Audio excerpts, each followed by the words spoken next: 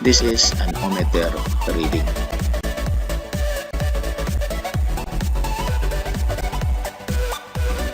This is the multimeter scale. This is the ohmmeter scale. This is known as the topmost scale. Then followed by the voltmeter scale, which is 010. Then followed by 050. Then the last one is the 0 to 50, known as the reed scale. For the ohmmeter scale, it starts in this area. The needle deflects from this area. The direction is from left to right. So it starts in this area, then going to the right. Then as the needle deflects from left to right, you start reading per graduation from right to left. So this is the symbol for infinity, to which that is unmeasurable by the ohmmeter. If the needle is pointing this symbol, meaning the ohmmeter cannot measure the seed resistance, that is unmeasurable by the ohmmeter. This is a symbol for the unit of the resistance known as ohm. In different graduation, or there is an equivalent talking about the different numbers indicated in the ohmmeter. So we'll start on 0 to 2. So in this case, this is 0.2, then 0.4, 0.6, 0.8, then 1, then 1.2, 1.4, 1.6, 1.8, then 2. So meaning from 0 or from 0 to 2, the equivalent per graduation is 0.2. Then let's move to 2 to 10. So the equivalent per graduation for 2 to 10 is, let's say, 2.5, then 3, 3.5, then 4, 4.5, then 5, 5.5, then 6, 6.5, 7, then 7.5, 8, 8.5, then 9, 9.5, then 10. So therefore, from 2 to 10, the equivalent per graduation is 0.5. The next is 10 to 20. 10 to 20 is 11, 12, 13, 14, 15, 16, 17, 18, 19, then 20. So for 10 to 20, the equivalent is 1 per graduation. The next is 20 to 50. So this is 22, then 24, 26, 28, 30, then 32, 34, 36, 38, 40, then 42, 44, 46, 48, then 50. For 20 to 50, the equivalent per graduation is 2. The next is 50 to 100. In 50 to 100, this is 55, 60, 65, 70, 75, 80, 85, 90, 95, 100. The equivalent for 50 to 100 is 5 per graduation. The next is 100 to 200.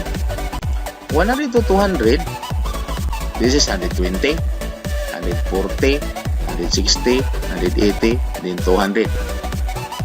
100 to 200, the equivalent per graduation is 20. Then 200 to 500, this is 250, then 300, 400, 500.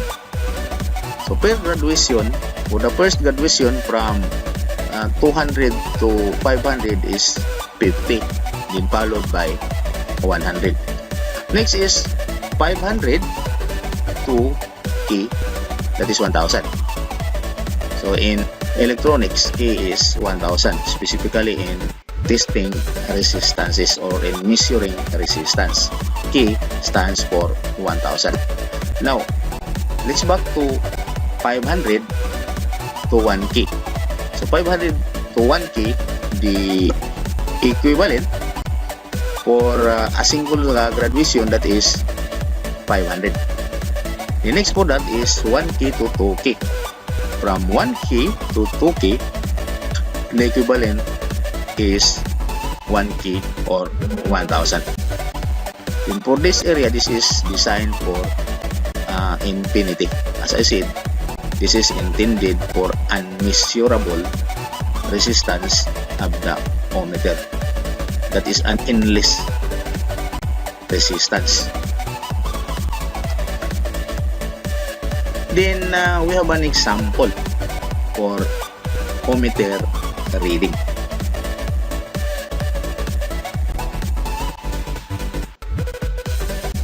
This is an ohmmeter chart. Then we have different example. Then first column is the range used, because there are different ranges being used in an ohmmeter. For example, first is R times 1, followed by R times 10, then followed by R times 1K, then followed by R times 10K. Then there are types of multimeter which uses R times 100. So in this case, we are not using R times 100. So first column is the range use. The range use, then followed by the scale reading, then followed by the multiplier, then the actual reading. Now in R times 1, in range times 1, the multiplier is 1. Let's start with example number 1. So example number 1, the scale reading for this is 16. Why? Because this is under 10 to 20. To which the equivalent per graduation is 1. So this is 11, 12, 13, 14, 15, 16. So number 1 is 16. So this is number 1, 16. Then followed by number 2. Number 2 is, it is under from 0 to 2. To which the equivalent per graduation is 0.2. So this is 0.2, 0.4, 0.6, 0.8. So number 2 is 0.8. Then number 3, this is under 2 to 10. So this is 2.53, or this is 5. Then 5.5, 6, 6.5, 7, 7.5, 8, then 8.5. So number 3 is 8.5. The number 4 is 30. It is very clear that number 4 is 30. Then number 5, so this is 50. So this is under 50 to 100, to which the equivalent per graduation is 5. So this is 55, then this is 60. For number 1, 2, 3, 4, and 5, the actual reading. Now for the actual reading, because the multiplier is 1, so therefore that is 16 times 1. So the answer is 16 ohms. Then 0.8 times 1, that is 0.8 ohm. Then 8.5 times 1 is 8.5 ohms. Then 30 times 1, that is 30 ohms. Then number 5, the last number is 60. That is times 1, that is 60 ohms.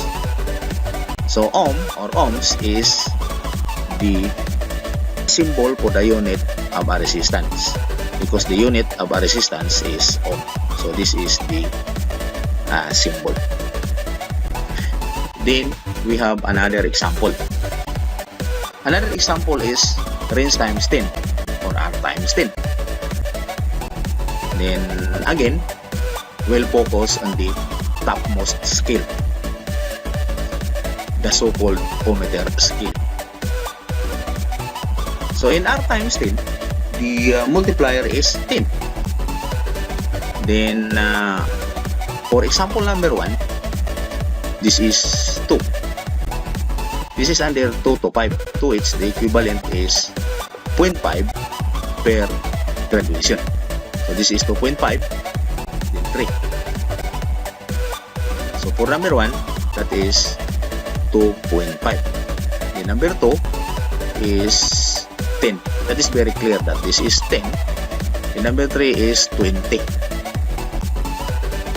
This is very clear also that this is number 20 for number 3.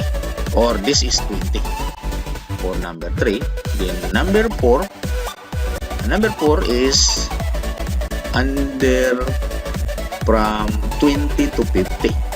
So the equivalent per graduation from 20 to 50 is 2. So this is 30. So this is 32, 34, 36, 38, 40. Then 42, then 44. So for number 4, that is 44.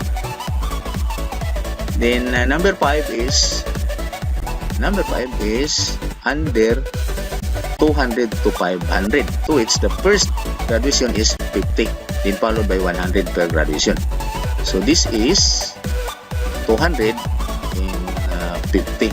So this is 250. The multiplier for R times 10 is 10. So 2.5 times 10, that is 25 ohms. That is for the actual reading. Number 2 is 10. That is multiplied by 10, that is 100 ohms. Then 20, number 3, multiplied by 10, that is 200 ohms. Then 44 times 10, that is number 4, that is 440 ohms. Then number 5 is 250 times 10, that is 2.5 k ohms or 2 k 5 ohms.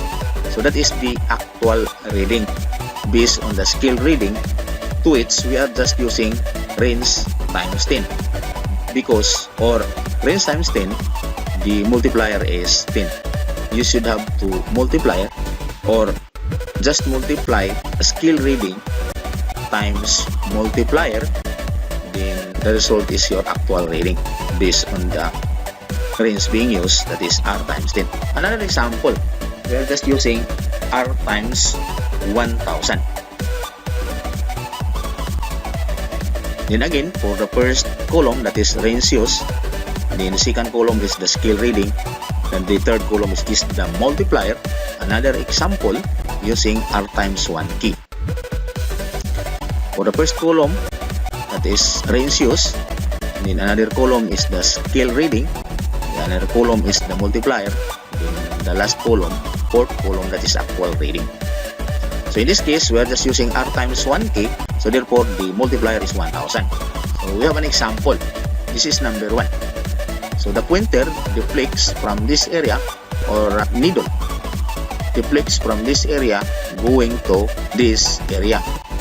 Then start reading from this area going to this area. That is how to interpret your ohmmeter scale. So number 1 is, this is under 100 to 200. So this is 120, because 100 to 200 is the equivalent per graduation is 20. So 20, 40, 60, 80. So number 1 is 180. Then number 2, this is 60, because this is under 50 to 100, to which the equivalent per graduation is 5. So this is 55 and 60. That is number 2. Then number 3, this is under 20 to 50, the equivalent is 2. So this is 30, and this is 32. Then another example is number 4. This is number 4. This is under 10 to 20, to which the equivalent per graduation is 1. This is 11, 12, 13, then 14. Number 4 is 14. Number 5 is, this is under 2 to 10, to which the equivalent per graduation is 0.5. So this is 5, 5.5, and 6. Number 5 is 6. Based on the scale reading, we should have to multiply that by 1000, because we are just using R times 1 key, or R times 1000.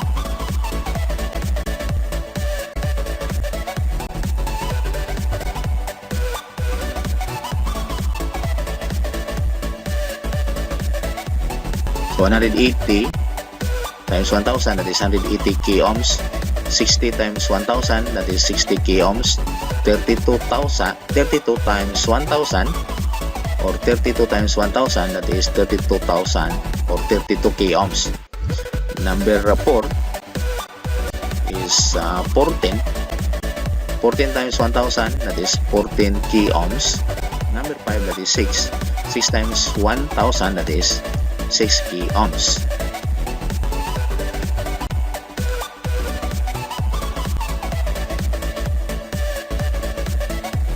Another example is R times 10K.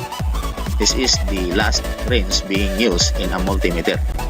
Because as I said, we're just using 4 ranges only. It starts from the R times 1, R times 10, R times 1K, and the last one is the R times 10K. But as I said, there are multi-tester uses R times 100.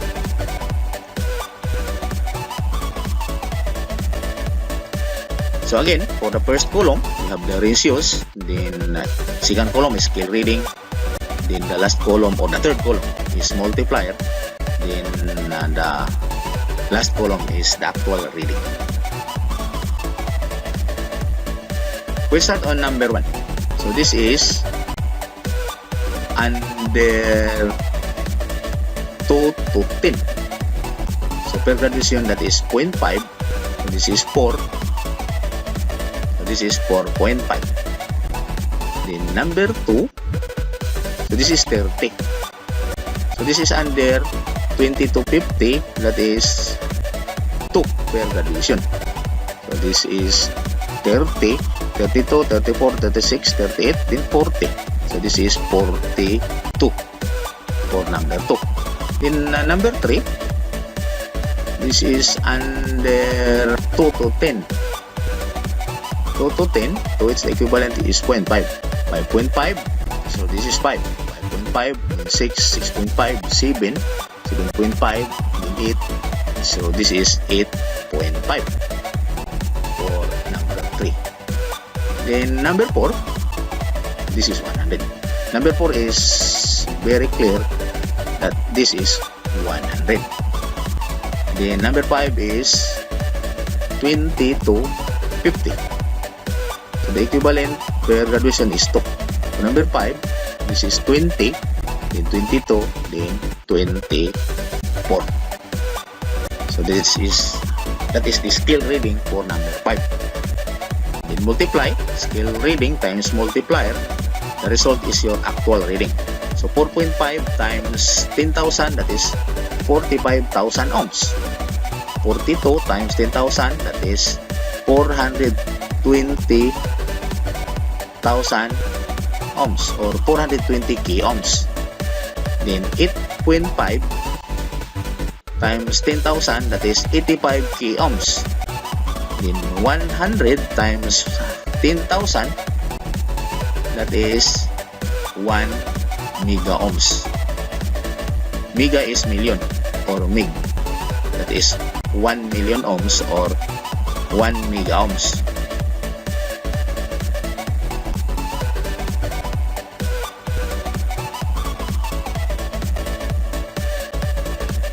(24) times 10,000, that is 240 k ohms. That is the actual reading based on the scale reading, to which that is multiplied by 10,000 because we are just using R times 10K or R times 10,000.